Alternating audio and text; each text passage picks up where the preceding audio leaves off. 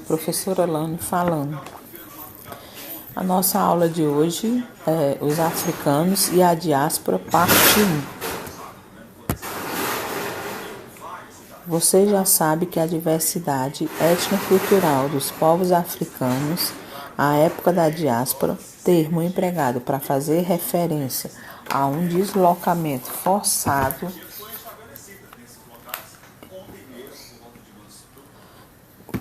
como no caso dos africanos que foram obrigados a se deslocar de seus territórios em razão do tráfico de escravizados. Era muito grande, revelando povos e organizações sociais, políticas e econômicas bastante complexas. Os reinos e as civilizações estudados anterior mostraram isso. A grande diversidade religiosa. No que diz respeito à religião, os povos africanos, principalmente aqueles que tiveram pouco contato com as religiões monoteístas, o cristianismo e o islamismo, como os que habitavam o sul do Saara, acreditavam em uma estreita relação entre a vida material em sociedade e a vida espiritual em um pleno sobrenatural. As regiões desses povos possuíam algumas características comuns. Entre elas se destacavam o caráter sagrado da terra, a existência de uma estreita relação entre o mundo natural e o mundo sobrenatural, humanos e divindades, a realização de rituais e oferendas em homenagem aos ancestrais, a transmissão oral de crenças religiosas, a concepção de um mundo foi criado por uma divindade, mas por um provável falha humana, essa divindade afastou-se e o deixou sob os cuidados dos ancestrais. A ideia de que o ser humano é formado por 3 partes: o corpo, o princípio espiritual personalizado, uma espécie de alma, e o princípio sensitivo, eu, corpo, e a privação da energia vital.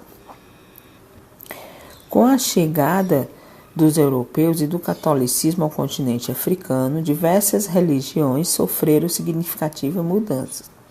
Contudo, em alguma delas, como no caso das religiões da população do Congo, observou-se a incorporação dos valores do cristianismo, fato que se reproduziu também no Brasil.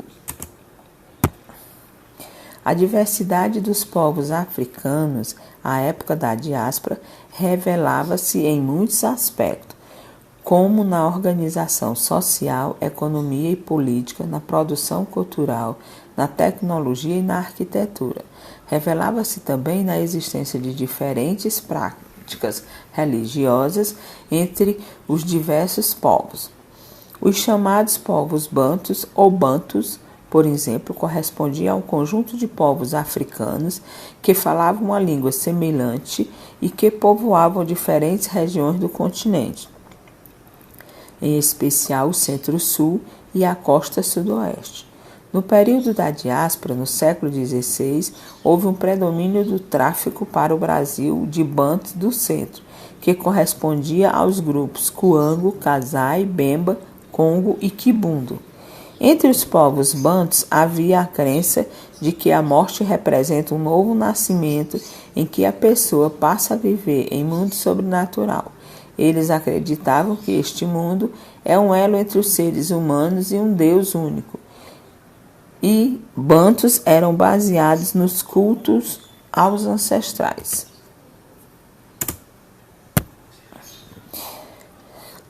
O conhecimento e as técnicas trazidas pelos escravizados.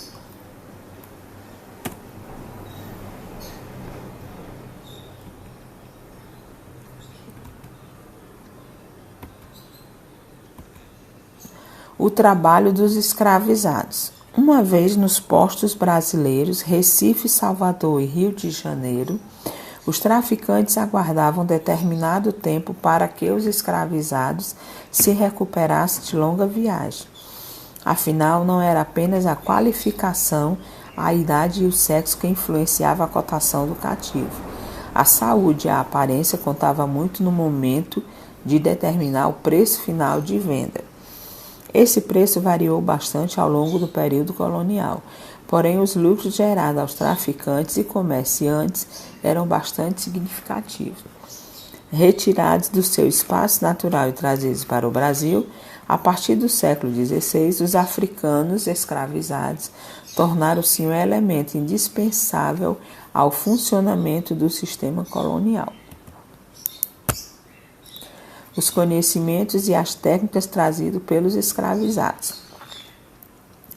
Trazendo consigo seus conhecimentos na metalurgia, na bateia e na escravação de minas, na tecelagem, na cerâmica e na agricultura, por exemplo, no cultivo do arroz, os homens e as mulheres africanos escravizados tornaram-se força de trabalho nos engenhos, nas minas e em várias outras atividades econômicas, inclusive urbanas. Condições de vida. Os escravizados garantiam alta rentabilidade aos senhores de terra, grandes mineradores e outros proprietários.